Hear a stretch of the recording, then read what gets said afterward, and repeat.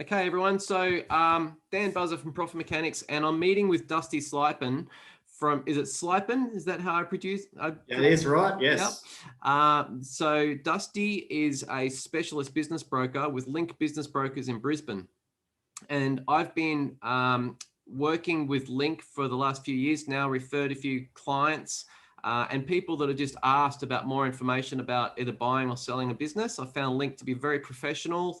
And I asked Vince and Dusty if it'd be okay if we were able to just have a quick chat and perhaps capture the conversation that these guys have with people who are inquiring about buying or selling a business, rather than them having to say it over and over and over again. I'm sure you've probably been through that a few times, Dusty.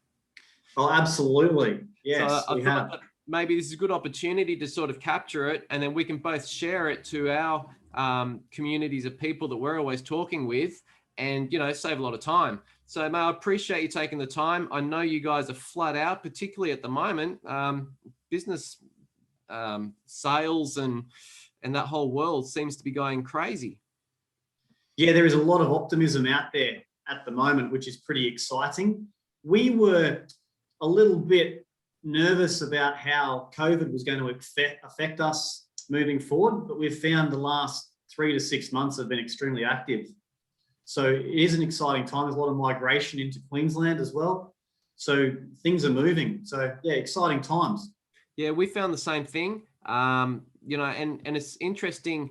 The businesses who tend to do what they should be doing and basically run their businesses professionally were prepared in some way, or able to move the dials on what they needed to do when the whole COVID thing came around. And they seem to be the ones that have prospered quite well. Whereas a lot of the people who are sort of on the seat of their pants and just going day by day, and they think they're okay if they've got money in their bank account, they seem to be the ones I've found that are struggling the most. So it's been an interesting time. It's sort of been a bit of a, they say when the tide goes out, you find out who's wearing pants. I think that's what COVID did for the business community. Yeah, couldn't agree more. There was a lot of poorly run businesses that were exposed, and there was a lot of top, well-run businesses that really showed their true colours in how they were able to respond and adapt and modify their model to keep revenue ticking over and to keep being able to pay wages. It was just a roll-on scale effect, and some have done exceptionally well out of it, despite the fear that was put on top of us all. Yeah, absolutely. So Dusty, I was wondering, like I mentioned at the beginning, could you give us a quick overview of what someone should expect if they're thinking of listing their business for sale? Yeah, so preparation is always the key. We get people come to us at a variety of timelines of their business life. Some people come without any experience of selling a business. Some have done it multiple times over their career. But preparation is absolutely fundamentally the biggest key component. And when we talk about preparation, we talk about the presentation of the business, not only to attract and engage with buyers, but also to maximize the actual result. And preparing the business for sale, there's a lot of steps involved in that, depending on the industry that you're in. But the first thing that a seller should do is sit down and spend some time with their accountant. And when they're meeting with their accountant, they should be actually making sure their figures represent the true profitability of the business. The figures are clean and tidy, easy to read, so that when a new buyer comes in, they can see in black and white the profitability of the business, what the expenses are, where the wages are, what the fixed overheads like your rent, your wages, your marketing, your accounting fees are, and try and understand the cost of goods and where they could potentially make some savings or improve the business. I guess it's interesting when someone is looking at buying or selling a car, the first thing they do is wash the car. Like they give it a vacuum, they tidy it up a bit, clean the windows, maybe give it a polish, maybe even spend the money and get it detailed by a professional.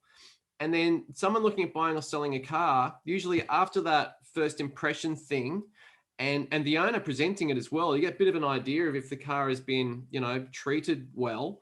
And then the next thing we tend to do is we go to the logbook and we look for, that it's been looked after by a professional mechanic, that how regularly it's been looked after, if it's had any issues and things like that.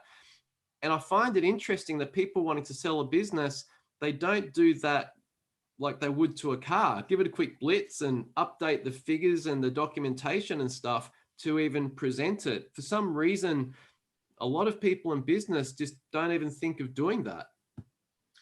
So Dan, I'm just going to ring my CEO and ask if he could just basically regurgitate exactly what you just said, put it into our marketing material. Brilliant analysis. That in a nutshell is essentially what it is. And to maximize the result and to attract the most people, you present it as best as possible. So you're absolutely on the money there. I suppose the next step that people like to do when they're looking at a car as well is they take it for a test drive. They don't lay down the thousands of dollars before at least taking it for a drive and making sure that there's nothing suspicious going on, no weird sounds or noises or smoke coming out of it. They might even take it to a mechanic to get a second opinion. Yes. So I suppose, that analogy sort of came out of my head, but thinking about it, it does make sense, doesn't it? Absolutely, it does. There's a lot of steps involved into purchasing a business that a seller needs to understand. They need to put the buyer's hat on when they're presenting their business to sale. Look for things like what would they want to see when they were originally buying the business, or if they were looking at buying a second business. So putting the buyer's hat on and then working backwards from there is the best way, I believe, in presenting the business to sale. So it's not like buying a house where you can go to an open home, fall in love with the place, sign a contract that day, and 3 or 4 weeks later you take over. There's a lot more factors involved that can be out of a buyer and seller's control, such as the lease. Is there enough security in the lease? The lease is going to affect the lending capacity of the business. So without a secure lease in place, the banks aren't going to lend enough money to be able to purchase the business. Then there's other factors involved, such as the relationships with suppliers or key clients. Like, are they watertight or are they just a handshake agreement? That can have a bearing on the return on investment, because if they're not maintainable, it is going to affect a buyer's mindset moving forward. So there's so many factors involved that, depending on the business, just need to be really uncovered for a buyer before they can sign on the dotted line and take over. So what are the risks to putting your business online and just selling it and, having a go yourself, compared to using the services of a professional like yourself? Like, going to be open about it, you guys charge for your time and effort, as you should, but a lot of people out there, I know, just sort of whack their business up online and start interviewing people and seeing if they can get as much as they can get. What are the risks for both the buyer and the seller doing it that way? The first risk is that they're exposing themselves. Once they do go down the route of doing it themselves, they're basically opening up their business to someone to come in without having qualified them, knowing anything about them. Because to get a result, there has to be a level of information provided. So the confidentiality is one area where we can really dig deep and make sure we're vetting buyers and dealing with qualified buyers capable of going through the deal. Secondly, it's not exposing staff to the situation, because 95% of business owners do not want staff to know that the business is for sale until the right time. Thirdly, a lot of business owners are time poor, and it's an extremely tedious process selling a business. Quite often we've had people try and do it themselves, and it's just become a massive headache. They'll use the term tire kicker. They've been strung along by a tire kicker. They've tried to go through the process. It's taken months and it hasn't gone anywhere. And they realize maybe we should let the experts do it, because that's what they do for a living. So people underestimate it. Like I said, it's not like selling a house where you can take a few photos, have an open home and get a result. You really have to expose yourself to the world of business buyers to get a result. And our job is to narrow it down to the really qualified buyers and then present the information at the right time. Once we know where the buyer is at, not just give it to them all at once. It's got to be a timeline of events so that it's not information overload, and it's also protecting the confidentiality as we move along the line. I guess the other thing is you've got a big list of people that are looking for businesses to buy. Like they're out there, they've been vetted by you already. You've had a conversation with them, you know what their background is, what their budget is, all that sort of thing. When somebody comes to you and says, I'm interested in selling my business, what are the chances? I mean, you were mentioning before that you specialize in the health and fitness industry. So I'm guessing someone approaches LINK Business Brokers Brisbane and says, I've got a gym or whatever it might be, and they refer them to you. And I'm guessing you can sort of go, tell me about your business. I've got some people looking to buy something right now. Absolutely. That's probably the key area of LINK is we have specialist business brokers across a range of industries. So you're not only building your database of buyers, you're actually becoming more experienced every deal you do in that one defined area. So having someone that's sold 50 or 60 businesses in one key area, opposed to a seller trying to do it themselves where they've maybe sold one business before, if ever, we can maximize the result. So we justify our fee, not only the work we save you, but we'll get you a better result than you will yourself. Yeah, I think there's just so many of these little things that people, I mean, if they sort of slow down to think about it, it makes sense. But in the business world, we just get so darn busy running around, just trying to get things done that we often don't get time to slow down, to speed up. So, and are you finding that a lot of people who are wanting to sell their businesses, they're selling it because they don't like it anymore, because they're tired, and then they're thinking that somehow magically someone else is going to fall in love with it, even though they don't even really love it themselves. So what does someone do if, they've had this business for 5 or 10 years, it's put food on their family's table, but they're just tired, they've had enough.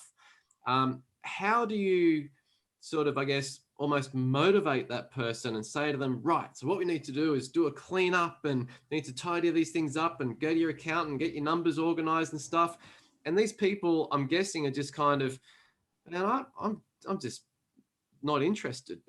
Like, how do you handle that? Do you have to say to them, look, the reality is if you don't do this, you're not going to get a good experience. But if you put the hard effort into it, your odds greatly increase. How do you deal with that? Well, to start with, in Australia, only 50% of businesses will actually sell. So when we start speaking to someone, if they're exhausted and they are mentally tapped out, we need to just explain, we just need a little bit more effort from you to get you over the line, because it's not going to sell itself. There's going to be some level of effort required from you. We will do as much as we can to guide you through that process. But if you want to walk away with, putting as much money in your pocket as you possibly can as part of the exit strategy, we need your cooperation. Quite often, the money triggers enough motivation that they can see the dollar sign at the end of the day, whether it's to clear debts or whether it's to retire with. Usually there's enough there to keep them engaged. We get a range of buyers that want to sell. It can be, like you say, exhaustion. It can be retirement. It can be divorce. It could be sometimes just wanting to go down a different career path. So the average life span of business ownership in Australia is 5 to 6 years.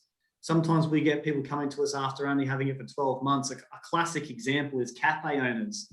They believe it's going to be easy and fun, and then 12 months in, they realize it's damn hard work. And they want to go back to the corporate world that they've left. So putting the business on the market is, high on their agenda. Other times it is, that 5 or 6 year mark where they're just bored and ready for a new challenge. or you get the people in their 50s and 60s that have had a family business for 20 or 30 years and it's exit strategy time. But like anything, if they come to us early enough and they're not in a rush, we can maximize the result for them. Really interesting. Yeah. And look, I think that's probably enough to cover for this this video. I think that's exactly what I wanted to go over. And for a lot of people who are seeing this, they've probably had a few light bulb moments. And look, I guess the best way to get in touch with you, Dusty, is to contact LINK Business Brokers in Brisbane. Your website's amazing. You've got lots of information on there, like educational information. Your team do a good job updating all that sort of thing.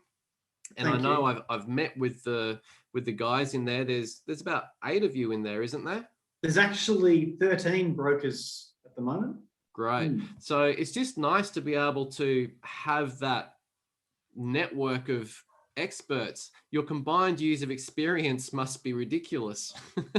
I haven't even tried to work it out, but yeah, you'd probably think 13, you'd probably think there'd be 80 to 100 years of experience there. It's crazy. Yeah. So look, mate, I really appreciate you taking the time to do this. I'll let you get back to helping people out. And thanks, Dan. I'll share this video around. Hopefully I know people will reach out to you and have a conversation with you to learn a bit more about what they're particularly into. And particularly if you're in the health and fitness industry, contact Dusty, have a conversation with him and see if you can, get to that next step that you're looking for, either to acquire a business or to get out of your business, or maybe even to upgrade your business to a next level, rather than work it up there. Perhaps you could just buy something. Who knows? Yeah, great point. Growth by acquisition. Yeah, absolutely. So, mate, very much appreciated. I'll be in touch with you soon. Thanks, Dan. Appreciate it. Thanks, Dusty.